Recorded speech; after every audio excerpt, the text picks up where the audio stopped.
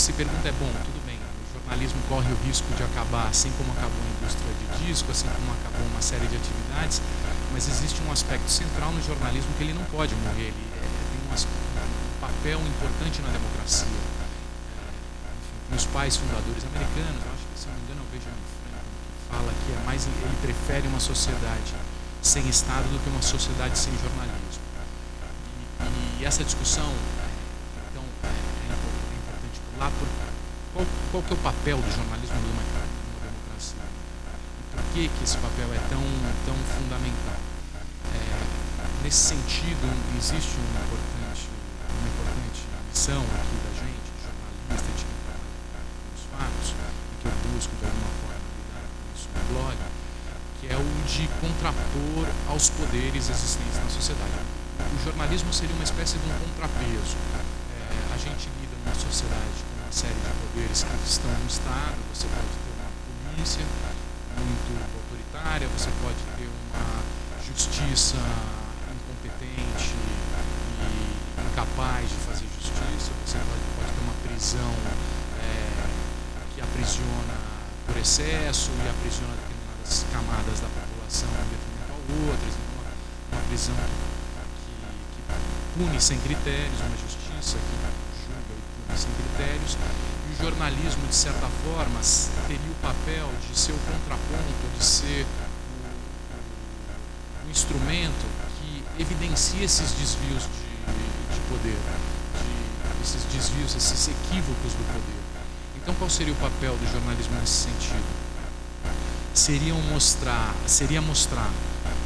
esses erros de conduta. Então, quando é que o poder está agindo de forma equivocada, revelar o erro desse não só Estado, né? Pode ser o desvio de empresas, pode ser desvios de indivíduos, inclusive, com poder, tornar público, revelar ou disseminar esses equívocos para que os poderosos ou para que a autoridade, para que o Estado seja obrigado a prestar conta e reveja a sua conduta. Então, o que é um bom jornalismo ou o que é uma boa matéria? Quando uma matéria é melhor do que uma outra matéria, ou quando o jornalismo, de certa forma, exerce sua atividade de forma adequada, ou quando uma reportagem é melhor que outra. Quanto pior ou quanto mais prejudicial é esse desvio de poder, e quanto mais pessoas são afetadas por esse desvio de poder, mais importante é uma reportagem revelar esse desvio, dependendo de quantas pessoas estão sendo afetadas, etc. Então, essa é uma forma, uma maneira objetiva de você ter um critério, de você ter uma clareza de onde você quer chegar com as suas matérias, de onde você quer chegar com as suas discussões, de onde você quer chegar com as suas apurações ou com as suas descobertas. Essa eu acho que é uma missão importante. Eu vejo uma segunda missão bastante fundamental no jornalismo também. Essa, inclusive, é o motivo do nome do meu blog. Eu vejo isso, eu falo faz muito tempo. Eu acho que vai muito mais. Eu gosto muito de contar história, eu gosto muito de ouvir as pessoas, eu gosto muito de conversar, eu gosto muito de me colocar no lugar dos outros e aí ficar tentando, meio que imaginando, enfim, o que a pessoa está pensando, o que a pessoa está sentindo, e aí descrever histórias. Eu gosto de escrever também, etc. Mas o que é, nesse sentido, o papel do jornalismo? Eu acho que a gente, eu faço uma comparação do psicanalista. Quando você vai numa sessão de psicanálise, você senta para conversar com o psicanalista, você começa a investigar você mesmo, você começa a pensar sobre os seus conflitos, você começa a pensar sobre os seus podres, você começa a pensar sobre o seu passado, que na verdade não é passado, né? O passado na verdade nem é passado, não está enterrado, não está morto, ele está aqui presente. Então, essa conversa com o psicanalista, você tem uma investigação, uma busca do autoconhecimento, uma busca sobre a verdade de você mesmo, que na verdade, a partir do momento que é racionalizada, ela vai te permitir pensar, conhecer você melhor e avançar nos problemas nos conflitos que você tem consigo mesmo e no que te faz mal, no que te atrapalha. Eu vejo jornalismo mais ou menos nesse sentido, eu pensando em São Paulo, vamos dizer. O nosso objetivo é observar os conflitos que existem, observar os nossos podres, observar os nossos defeitos, um olhar interno, de certa forma distanciado, que busque, que honre a verdade, vamos dizer, mas é uma verdade que não seja uma verdade que busque culpados, é uma verdade que busca a compreensão do que está acontecendo e que busque um autoconhecimento sobre a cidade em que você vive. Então, o jornalista, ele é, de certa forma, ele é o chato, ele faz o papel da pessoa que vai na busca desse podre. Então, eu participo de debates sobre jornalismo, então é sempre uma pergunta recorrente, uma colocação recorrente: por que vocês só falam de notícias ruins? Eu acho que o jornalista tem um pouco esse papel de ser o inconveniente, de George Orwell, que dizia que notícia só é notícia quando a pessoa não quer que ela seja publicada. O resto é bobagem, enfim, não sei a palavra que ele usa, mas só é notícia o que alguma informação que alguém não quer que seja publicada. Eu acho que é um pouco isso mesmo, aquela busca de autorreflexão e de compreensão dos conflitos existentes na cidade para descrever esses conflitos, o que cada um dos lados pensa a respeito do outro, por que um odeia o outro, por que o outro age dessa maneira, e descrever de forma relativamente afastada, apesar de interpretativa, o que está acontecendo. O pessoal do Mídia Ninja, o Bruno Torturra, enfim, e o pessoal do Paulo Capilé, o pessoal do Fora do Eixo, quando vieram com essa discussão do Mídia Ninja em junho, e eles falando que estavam inventando o jornalismo de certa forma. Eu acho que teve muita novidade, teve muita coisa bacana que eles fizeram, mas eles filmavam com o celular a polícia. Eu acho que isso é importante, você estar no meio dos acontecimentos é fundamental para você sacar o que estava acontecendo, né? Mas eu fui participar de uma palestra com o Bruno, e o que aconteceu? Depois que os Black Blocs começaram a agir de forma mais intensa, a polícia começou a fazer um inquérito policial militar, só que eles tinham muito pouca informação, porque aquela desorganização, super incompetentes, não conseguem investigar, não conseguem trabalhar os dados, não, e eles iam usar a mensagem, as imagens do Mídia Ninja como fonte de informação para o inquérito. E eu falei para o Bruno: vocês tinham acesso aos caras, era uma coisa legal, mas no final das contas, olha a ironia, vocês estavam reinventando o jornalismo, mas essa informação que vocês estavam colhendo vai ser usada pela polícia para respaldar o inquérito que eles estão promovendo para punir os Black Blocs. Então, o que eu acho? Eu acho que tá com o celular do lado apenas, e eu acho que isso é um momento importante, porque é um momento que você está na rua, é um momento que você está convivendo com quem você está escrevendo, você está sentindo, você está ouvindo, você vai ouvir uma senhora falando alguma coisa que você nunca imaginou e muitas vezes pode mudar a sua visão do mundo a respeito das coisas, como já aconteceu comigo. Eu tenho 3 ou 4 conversas fundamentais na minha vida durante a verdade, que me transformaram, que me fizeram ver muito outras formas. Isso é na rua, é no contato, etc. Isso é muito importante, mas chega um momento que você pega esse celular e coloca num drone, você manda o celular para cima e você começa a observar as coisas de cima, e aí é o momento de que você se afasta, e é o momento que você tenta descrever a partir de uma segunda etapa, onde você já entendeu o que estava em jogo, as raivas, os ódios, o que estava envolvido.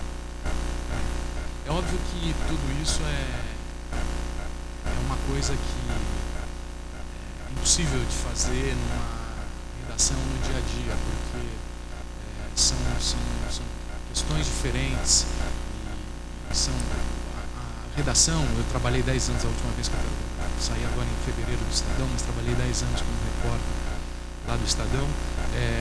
Uma redação é uma indústria,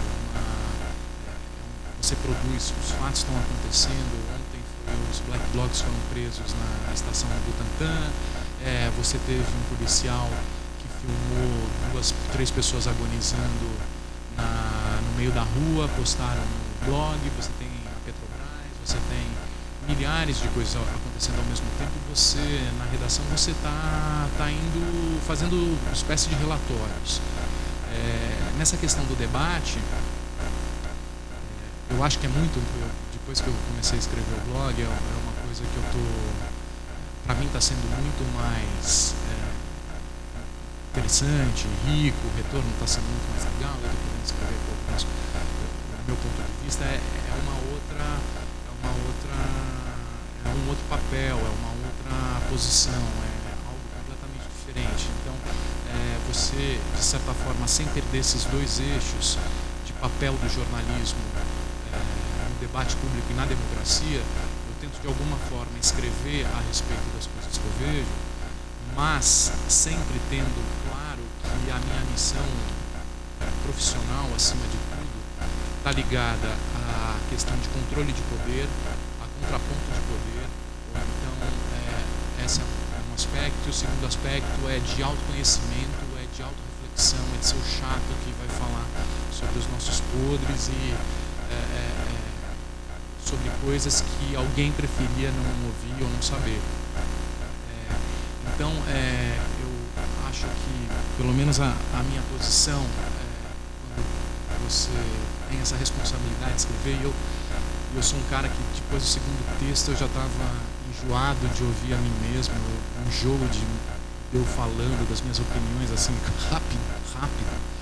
Então, você tem que ter uma certa disciplina para não ser o cara que caga a regra na cabeça dos outros. Eu acho que isso, a minha sensação é que isso vem acontecendo, né? Você tem os blogs, as opiniões, os debates à direita e os debates à esquerda. Então você tem o Olavo de Carvalho de um lado, o Reinaldo Azevedo e os subs Olavo de Carvalho. O Reinaldo Azevedo já é um sub Olavo de Carvalho, os subs Reinaldo Azevedo, Rodrigo Constantino. E no meu blog assim, o exército inteiro vem peso para fazer bullying comigo, né? Desde a polícia até um saco.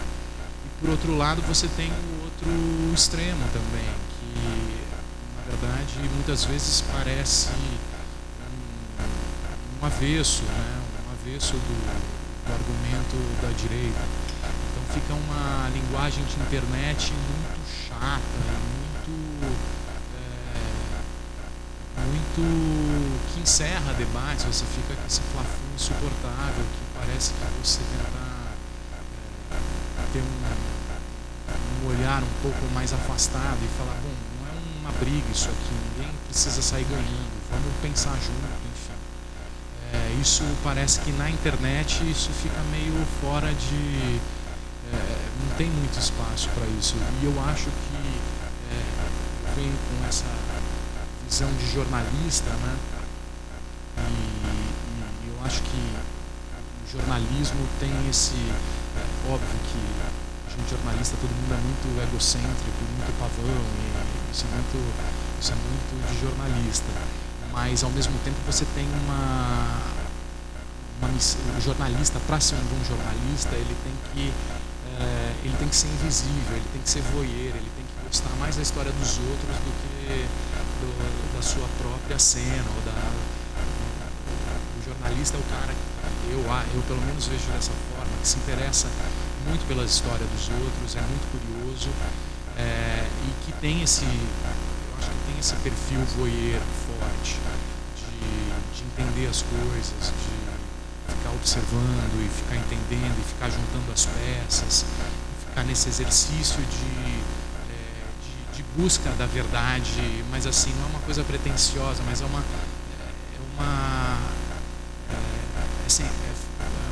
profissional que não tem respostas sobre as coisas, mas está sempre em busca de construir o quebra-cabeça de 1 milhão de peças que nunca foi construído. Assim, você está sempre procurando uma peça a mais, porque a resposta nunca é suficiente. Eu vejo também aí nessa questão do papel do intelectual na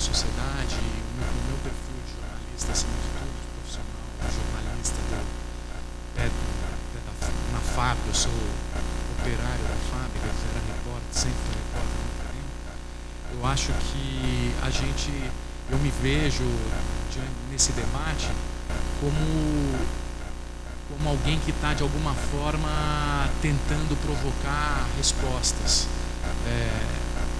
buscando manifestações e pessoas que revelem a verdade sobre si mesmo ou sobre a instituição. Recentemente, no blog, eu não estou marcando tempo, se alguém puder me falar do horário aí, desculpa que eu não comecei a ver, se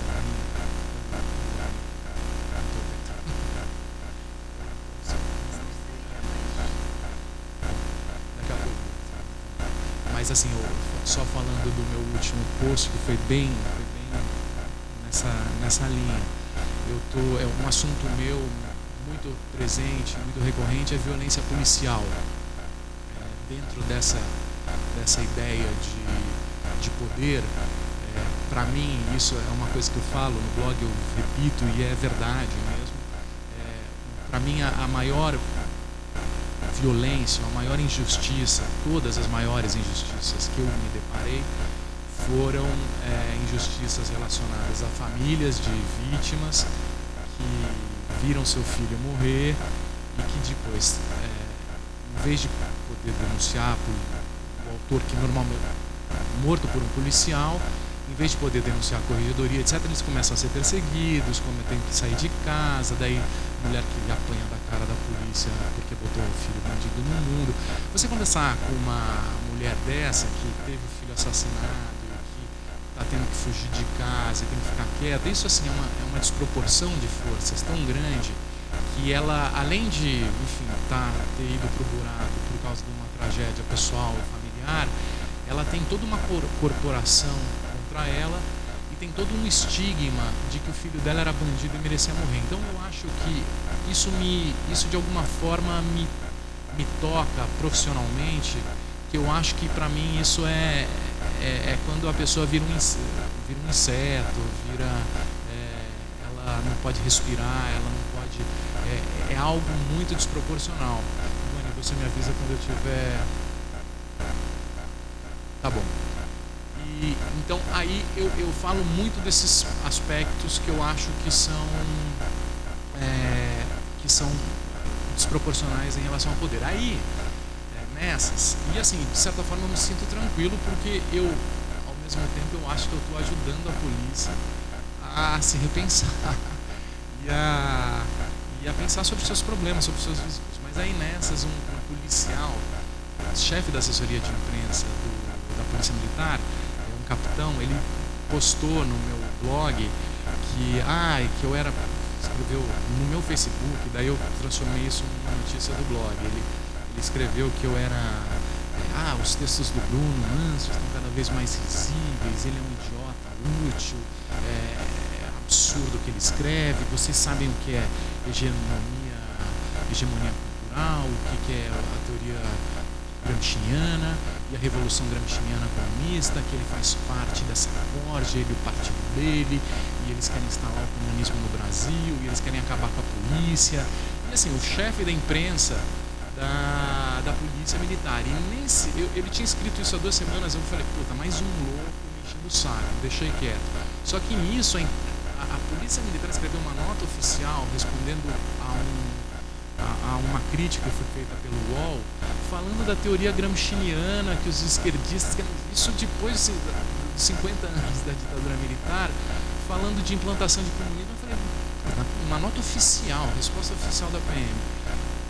Aí o que eu comentei, eu falei, putz, esses momentos são raros, porque os caras estão fugindo daquele discurso pro forma, e é um desabafo, mas que traz à tona uma verdade. Então assim, eu fico satisfeito, porque o cara ficou puto comigo, a PM ficou puta porque estava comigo do UOL, mas surgem verdades que são verdades que eu não vou... claro, aí eu, aproveitei e falei um monte e tal, mas assim, sempre não tentando ganhar o debate, mas mostrando como aquilo era informativo, como aquela informação era importante para a gente pensar sobre a gente mesmo. Então uma coisa meio psicanalista, assim, meio psicanálise, da gente da gente pensando sobre a gente mesmo, não para falar, você é um babaca ou você é... Então, eu sempre, em vez de nesse sentido, eu busco não fechar o canal com outro cara que está se revelando, saindo do armário nesse momento, mas eu considero isso como uma informação e não levo para o lado pessoal, mas eu levo muito como uma informação a mais para o quebra-cabeça que a gente está construindo junto. E ainda, puta, você falou isso, legal, mas vamos discutir desmilitarização. Na polícia já tinham me convidado para discutir desmilitarização. Então vamos nessa. Então, eu estou à disposição para discutir. Então, nesse sentido, a minha formação jornalística, diante desse debate do papel do intelectual público, me deixa muito pé no chão e me dá bastante clareza de onde que eu quero chegar, mais uma peça para a gente construir mais um retrato sobre a gente mesmo, mais do que da minha opinião. As minhas opiniões são desinteressantes, não acrescentam absolutamente nada. Eu acho que não devo dar minha opinião para ninguém, porque, enfim, não vai acrescentar absolutamente nada, mas eu fico nesse trabalho de interpretar. Isso sim, eu vejo, vendo a realidade, me envolvendo, interpretando os fatos e vendo o que esses fatos podem dizer sobre nós mesmos e como esse fato, de alguma forma, é importante para apontar um desvio de poder que está acontecendo, alguma coisa assim. E aí, o André estava falando do Foucault, você sabe que quando se eu fosse o editor do Foucault, quando ele foi para o Irã, eu acho que o maior erro de jornalista é tentar prever o futuro. Eu acho que diante desse olhar aí de introspecção, etc., eu acho que não só de jornalista, mas você sabe que o jornalista também trabalha muito com clichê, frase feita, ditado, a gente adora essas coisas pop, tá? Eu adoro aquela coisa do efeito borboleta, da asa da borboleta, que a borboleta bate a asa no Japão e vai causar um terremoto no México. Que tem a teoria do caos, tem uma quantidade de causas e etc. que você tentar prever o futuro, eu acho que é a maior casca de banana que qualquer jornalista safo, com um certo jogo de cintura, sabe que não deve fazer, que qualquer jornalista que alguma vez tentou prever o futuro já quebrou a cara.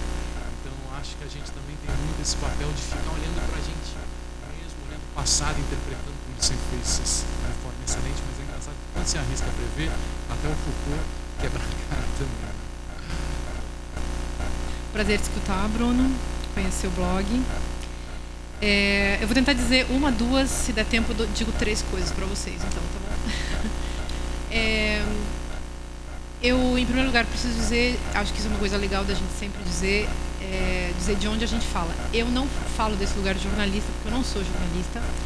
E eu não sou jornalista não é porque eu não tenha feito formação em jornalismo e tal. Eu já dei muita aula para jornalista, tenho muitos amigos jornalistas, trabalho com jornalistas, mas eu não me identifico com a profissão de jornalista. Acho que uma diferença assim, bem séria que existe entre quem é mesmo jornalista e o resto do povo que fica aí trabalhando junto, colaborando e tal, é que os jornalistas, eles são ligados aos fatos, seja lá o que isso venha a significar, e as outras pessoas são ligadas às questões. Eu me sinto ligada a questões e causas, mas não me sinto ligada a fatos.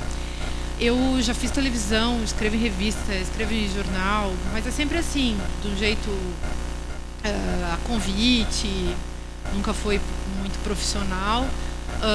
Eu, além de tudo, não tenho gosto pela vida jornalística, nem pela produção jornalística. Na minha casa não tem televisão há mais de 10 anos. Quando eu fazia televisão não assistia mesmo, e menos ainda, porque aí seria o fim da picada. E eu não leio jornais. Eu brinco assim que a melhor coisa que tem, por exemplo, no Estadão é o horóscopo do Quiroga, que é só o que eu leio de vez em quando eu estou a fim de me divertir. Eu achei ele muito legal. Mas eu não leio notícias, eu fico puta com as coisas. Se eu começo a ler, então eu não leio. A Folha de São Paulo a gente assinava, mas diminuiu o número de cachorros, aí a gente desistiu da Folha também. Os jornais são muito assim, deprimentes, né, gente? Em todos os sentidos. Não são só as notícias que são ruins, mas a coisa é mal feita, a gente vê o funcionamento ideológico, né? Puxa para esse lado, puxa para aquele. Os cadernos de cultura, assim, deixam a gente triste, porque eles ficam cada vez menores e cada vez só cabem os amigos ou aqueles que receberam jabá. Você fica com vergonha. Então, eu não quero saber desse território. Aí, lá na CUT, por que eu escrevo para a CUT? Porque a CUT me respeita como pessoa. A Deise Brigantini, eu acho mesmo que é uma heroína da cultura nacional. Faz a revista porque ela quer. Ela esteve aqui hoje, né? Nunca me pauta, nunca encheu meu saco com isso. Teve um editor dela que resolveu me pautar, ficava me ligando, eu ligava para ela e dizia: tira esse louco do meu telefone aqui. Quem é que deu meu telefone para esse louco? Gente, eu não sou pautável. Porque para mim, escrever depende do meu afeto, depende da minha ligação, depende, assim, é muito interno. É muito pessoal, sabe? Por mais que seja impessoal, eu só quero escrever as minhas questões. O blog que eu tenho na CUT agora é um blog que também eu mesma edito, tipo, eu entro lá e coloco, ninguém sabe. Se eu escrever uma grandíssima merda, louca e irresponsável, todo mundo vai se ferrar comigo, porque eles me deixam, é tipo, faz o que você quiser. Aí eu gosto muito disso, então é uma relação de respeito mútuo. Eu posso colocar a hora que eu quiser, quando eu quiser, o texto que eu quiser, do que eu quiser. Então eu inventei um blog, por exemplo, que leva o meu nome, porque nem tinha outra coisa para fazer mesmo, e que eu escrevo, assim, resenha de livro, que eu gosto. E eu gosto muito de ler literatura contemporânea brasileira, por incrível que pareça. E acho que faz-se muita injustiça com a literatura contemporânea brasileira, então eu escrevo lá. E escrevo os assuntos que me interessam. Esse dia escrevi um texto chamado Lógica do Estupro. Pensei até em escrever para a revista, mas era longo demais, aí para minha coluna da revista, né? Aí coloquei no blog. E, assim, os assuntos que eu escrevo para a CUT, de um modo geral, são assuntos que fazem parte do meu programa intelectual como filósofa. E, então, eu não sei, eu não gosto de dizer que eu sou intelectual. Eu acho um nome muito feio. Intelectual público é um nome feio também, mas, assim, eu entendo o que as pessoas querem dizer com intelectual público, porque, afinal de contas, a gente acaba fazendo um papel, né, dessa coisa aí chamada intelectual público. E aí eu concordo com o Bruno, tem uma coisa que você disse que eu achei bacana, que é esse papel da interpretação, né, que é um lugar, assim, se a gente vai falar do papel mesmo, tem um amigo meu que é escritor, que ele gosta de dizer que o papel do escritor é o A4.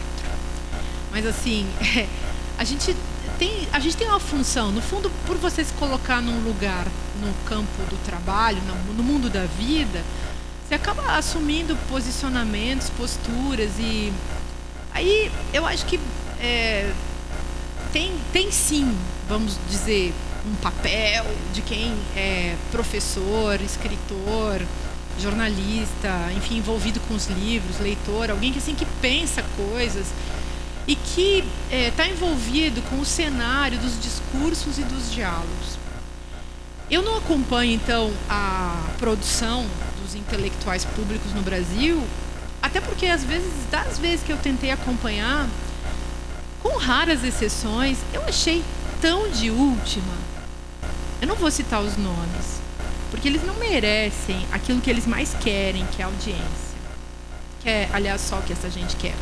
No contexto em que não apenas o jornalismo tem se transformado gradativamente em publicidade, mas a tarefa intelectual também. Então, tem um bando de gente vendida para editoras, para revistas vagabundas, cretinas, uma gente vendida mesmo. E como diz meu velho pai, que é um pobre homem ignorante, não valem a merda que comem. Aí fazer o que, né, com essa gente? Aí, uma que outra vez, assim, vamos ver, esse cara foi convidado para escrever uma coluna importante num jornal importante, você vai lá ler o cara, você até conhece o cara, assim, lá foi seu colega de faculdade, professor em um lugar que você deu aula, você vai ler, você não acredita que, além das ideias serem torpes, o cara, além de tudo, escreve mal e gramaticalmente mal. Aí você fica, puta que pariu, posso ler Kant, Schopenhauer, sei lá, Eduardo Vieira de Castro, Levi-Strauss, tanta coisa boa para ler, vou ficar perdendo meu tempo com esse bando de antas. Então, assim, tem aquele que escreveu Lula é minha anta, né? Aquele é minha anta também. sabe? Esse tipo de coisa, assim, estúpida. Eu acho que, como a gente está num contexto, assim, de disputa de espaço, de poder na base do discurso, está faltando também, obviamente, diálogo entre nós. Mas essas pessoas que estão escrevendo, em grande medida, assim, muitas pessoas que estão escrevendo em jornais e que estão tendo muito espaço, são psicóticos inabordáveis. Então não tem como também propor um diálogo com essas pessoas. Eu confesso até que eu já tentei. Hoje em dia, quando essas pessoas entram, por exemplo, no meu pobre Facebook para encher meu saco, eu pratico, assim, um gesto muito simples, eu bloqueio. Porque, desculpa, eu também não tenho obrigação de ficar ouvindo asneira. Sabem? Tá muito sem seriedade, tá muito uma disputinha para ver quem tem a razão. E essa gente tem razão nenhuma, mas eles têm uma certa audiência. Então, eu fico com medo porque a gente fica estudando coisas sérias, né, gente? Então, você fica estudando, por exemplo, eu fiz mestrado, doutorado sobre Theodor Adorno, fiquei lá estudando filosofia, fazendo um negócio sério. Aí você fica estudando a formação da personalidade autoritária, dessa indústria cultural, você fica pensando em tantas coisas sérias. Ao mesmo tempo, você não quer virar um indivíduo ressentido que simplesmente vai negar todas as participações, não vai querer se sujar na lama do mundo. Aí você entra na lama do mundo, vai para os meios de comunicação, escreve, faz televisão, faz o que quer. Tudo bem, isso aí tudo faz parte. Mas, ao mesmo tempo, acho que é preciso investir num posicionamento ético, sabem? Que eu acho que é o que falta. Falta nesse mundo da publicidade,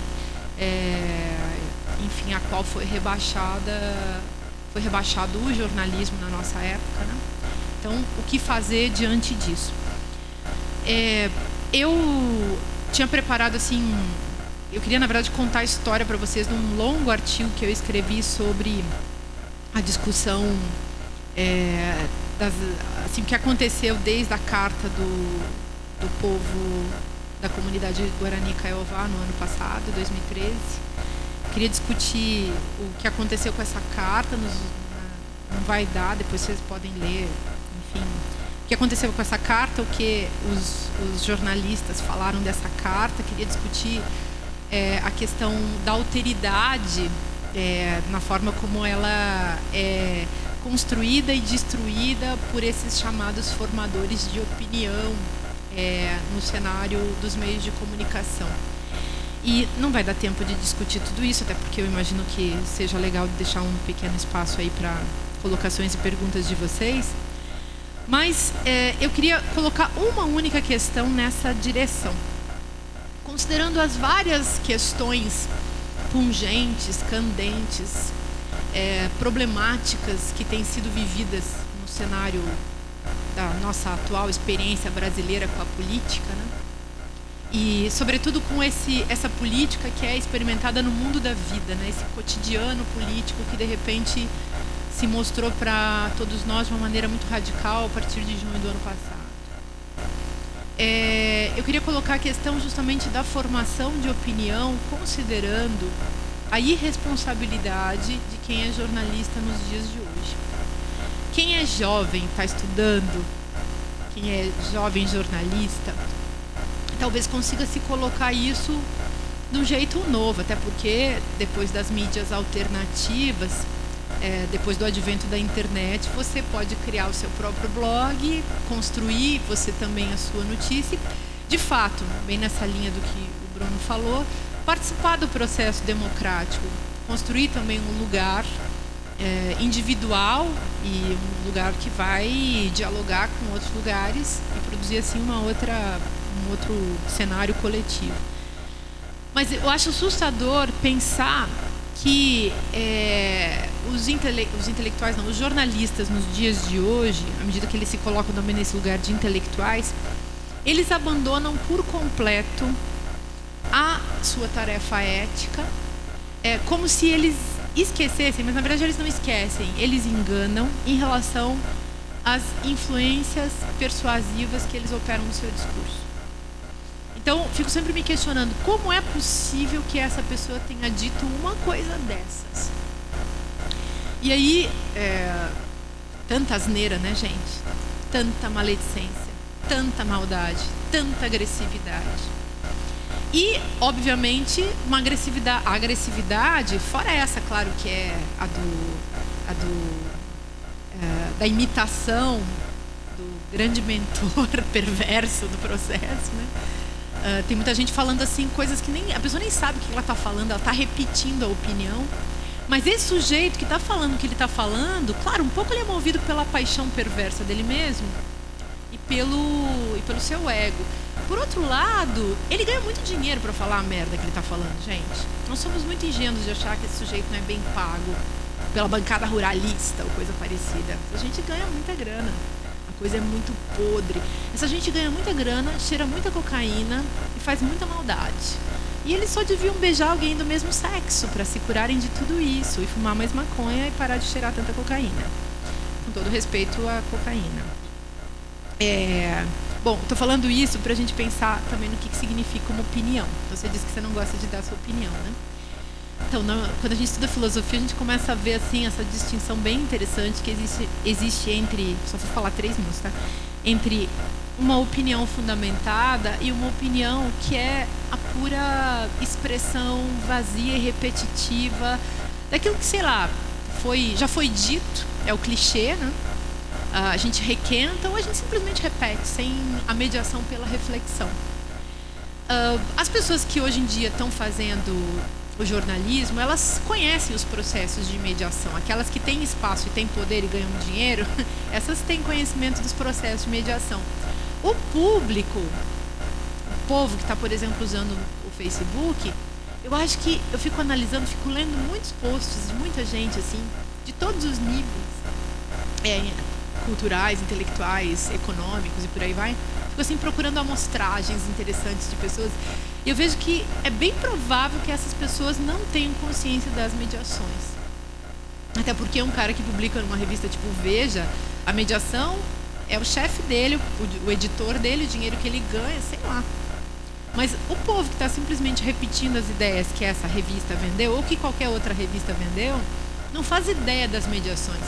Eu acho que se a gente pudesse ter uma tarefa a cumprir enquanto intelectuais, professores, filósofos, jornalistas, o que quer que seja, gente que ainda tem um projeto ético com a vida, eu acho que a gente deveria acordar as pessoas para essas mediações, para que elas se dessem conta de que elas estão fazendo uso da linguagem, de que elas estão sendo manipuladas pela linguagem, manipuladas pelas ideias, nesse sentido, manipuladas pelas opiniões, manipuladas pelos clichês, pelas frases feitas, pelas frases de efeito, pela autoridade, inclusive, que naturalmente a gente confere àquele que ganhou um espaço, seja de um blog, seja de uma coluna de jornal ou de revista.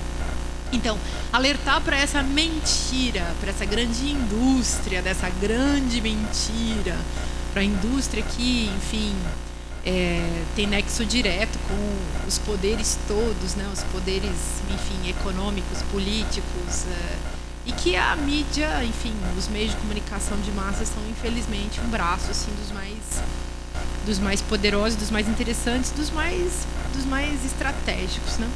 Então, pensar nisso, desmistificar, quebrar um pouco a cena, eu acho que é uma tarefa legal da gente levar adiante.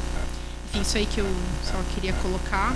Sei lá, se vocês quiserem fazer, acho que perguntas para nós, ou discutir, ou dizer tá tudo errado, ou vocês só falaram asneira também. Boa noite, muito obrigado aos dois. Primeira vez que eu vejo ao vivo. Eu vou tentar falar então de um lugar também, assim, rapidamente, que eu poderia chamar de maneira até clichê também, mas meio uma posição meio nietzschiana de entender os discursos, se vocês me permitem. E aí seria uma Bruno rapidamente também, e uma pergunta para Márcia, agradecendo mais uma vez. Você disse do papel do jornalista, né, dessa pessoa que está, desse ator social, ora com uma função meio formativa, corretiva, né, ou seja, um contrapeso do poder, e ora uma função terapêutica, confessional, ao mesmo tempo de autoconhecimento de si e do outro. Né? A gente sabe que essas duas, digamos assim, tarefas práticas têm um lugar bem específico também no nosso tempo, né? Que é a pedagogia e a psicanálise, né? A medicina. Você veria que a gente estaria passando por um processo que não é tão assim crítico, talvez, nem tão libertador ou de hibridização dessas práticas, né? Por isso tanto essa pergunta de qual que é o nosso papel, ou de colonização de certas práticas por outras, né? Ou seja, uma espécie de pedagogização e psicologização do todo social. Essa é uma primeira pergunta. E para Márcia, dizendo que eu achei brilhante as duas apresentações. A minha pergunta é mais em relação a essa ideia da manipulação, né? Eu acho que a própria ideia de Nietzsche com relação aos discursos, né? Não existe uma verdade a ser revelada, não existe uma produção mais verdadeira que a outra. Tudo são jogos de interesses éticos, políticos, econômicos. E quando isso um pouco também veio à baila, acho que na minha outra fala, ou seja, é possível pensar que existe alguma coisa mais verdadeira, mais livre, mais reflexiva do que outras, entendendo que de fato isso são jogos ali de apreensão, de interpretação, e na última instância a gente só pode garantir isso, né? Nada de fatos, nada de verdades últimas, mas essa luta constante. É possível a gente imaginar que a Globo nos manipula e em algum momento obras filosóficas tão bem fundamentadas também não causaram coisas tão terríveis quanto, né, uma notícia? Não sei. Obrigado.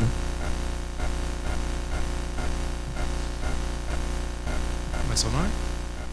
Guilherme, não, também gostei das suas colocações. E, enfim, também faz a gente pensar coisas que você colocou. Mas eu acho que, sim, eu acho que jornalismo, eu vejo um papel pedagógico no jornalismo. Só que a diferença, talvez, é que a gente se pauta muito na agenda do dia a dia.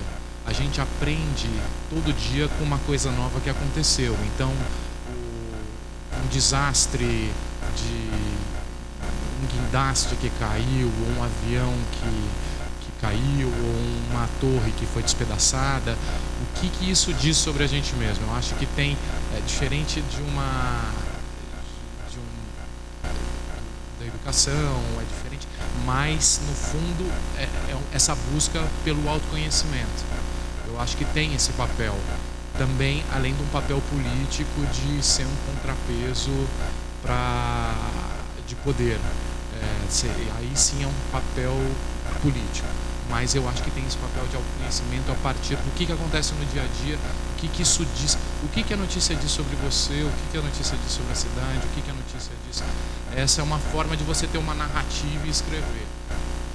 Quando eu vou escrever, eu sempre, pelo menos, eu me pauto por isso. Então você tem que ter uma voz, né, própria quando você vai escrever. Então, para você interpretar, eu acho que esse é um caminho, é um norte que eu sigo, pelo menos. Eu acho que é um norte que me pauta, não vou dizer que mas eu acho que é um norte defensável. Bem rápido. O Nietzsche, ele falava que a verdade ela é inventada à base da repetição, né? Então você repete. O Nietzsche explicou aquilo que a igreja já fazia desde sempre, que a igreja é a pré-história da publicidade, né, gente? E depois a publicidade repete e tá ganho o cliente. Então, nesse aspecto, a gente pode dizer que o discurso é isso. O discurso é a repetição do mais, do mesmo, na ordem da linguagem.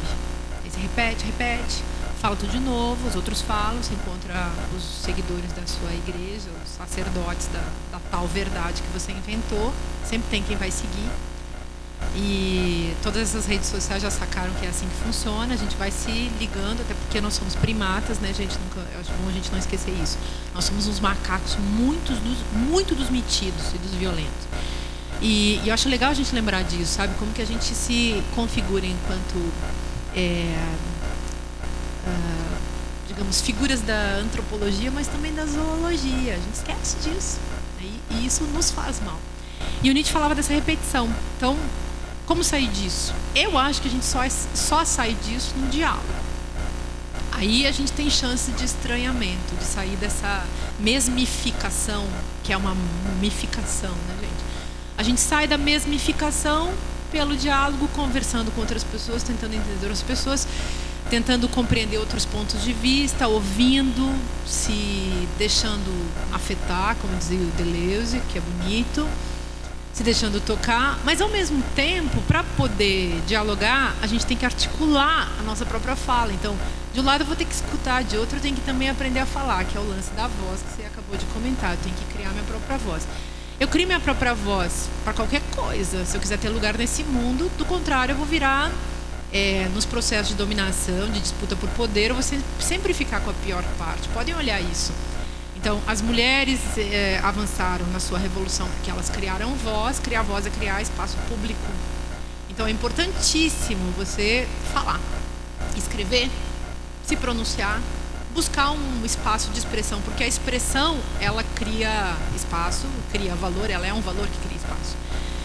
Então, tem esse caminho.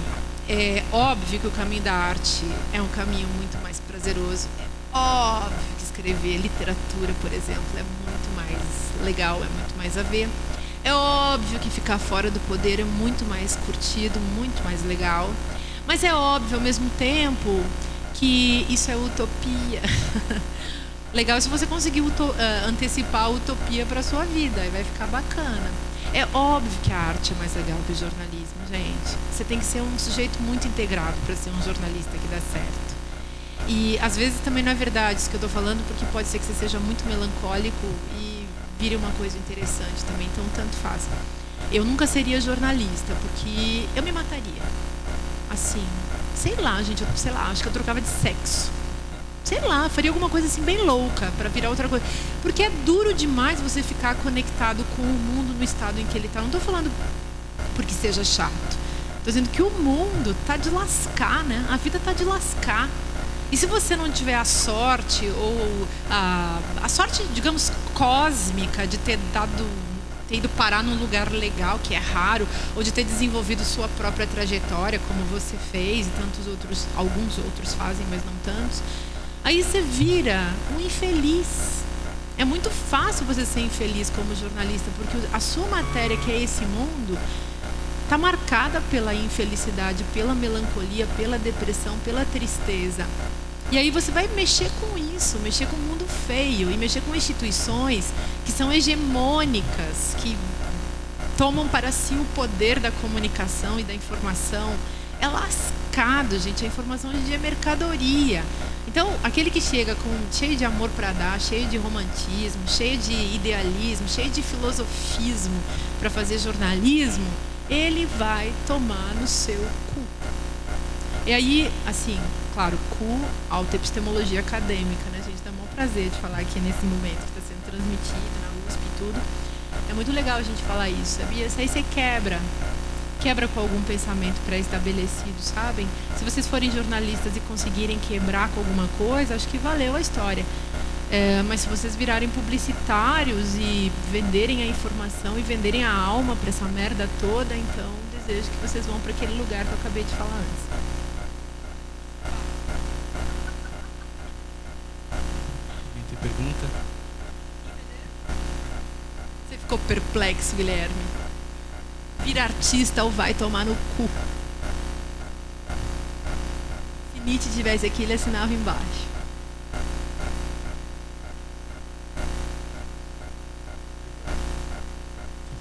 Obrigada, a gente ama vocês.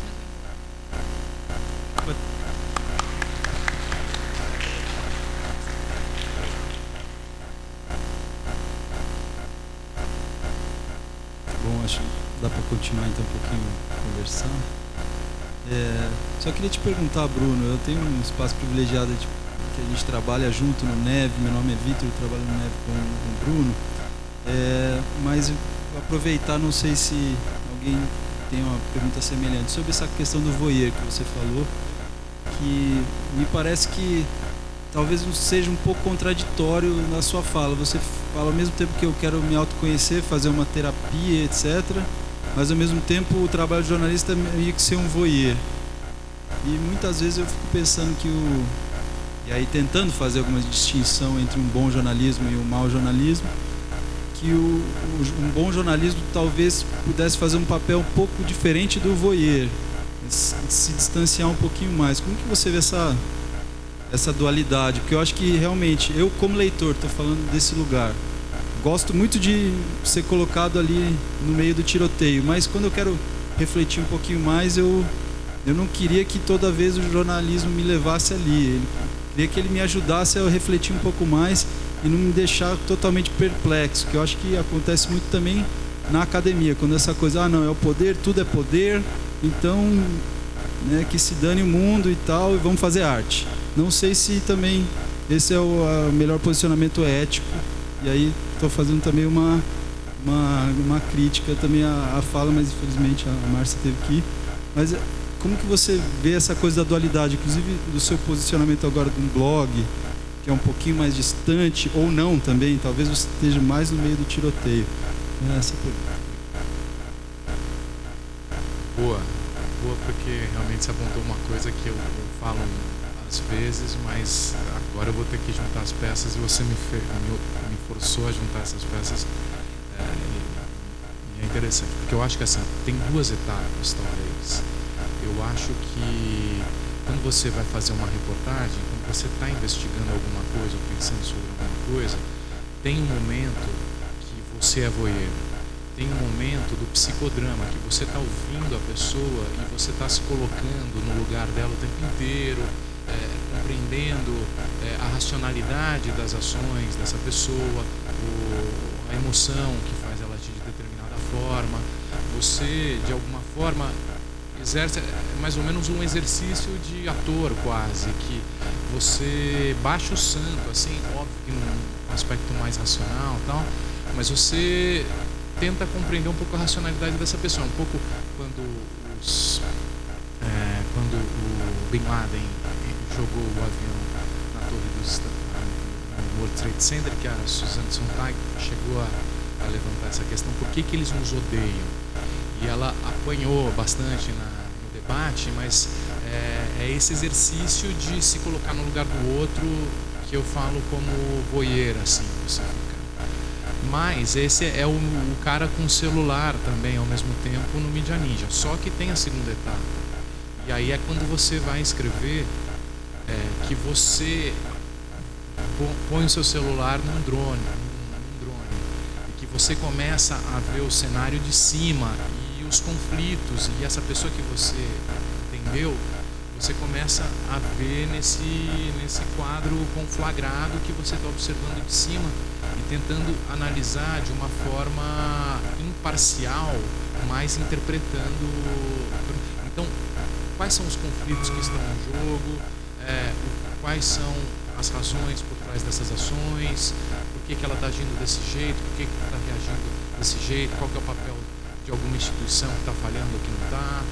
Aí você observa tudo. Mas é interessante, eu acho que tem um primeiro momento que é voyeur, é o chão, você está lá na rua, aquele papo, jornalista tem que ir para a rua. É legal mesmo, quando você ouve de alguém, tipo, um assassino, de repente um cara que matava na periferia, que foi uma experiência muito importante para mim como jornalista. O cara me contou um monte de coisa que eu falei, caramba, eu nunca tinha pensado nisso. Comecei a ver a cidade de outro jeito, a violência na periferia de uma outra forma, porque eu estava tomando um rabo de galo com um cara que me contou sobre os assassinatos que ele praticava. Bom, isso é uma coisa. Agora há 10 anos eu estou tentando entender isso. Que foi quando eu entrei no mestrado, foi motivado por isso, mas são 10 anos de tentativa de entender isso que me foi falado uma vez.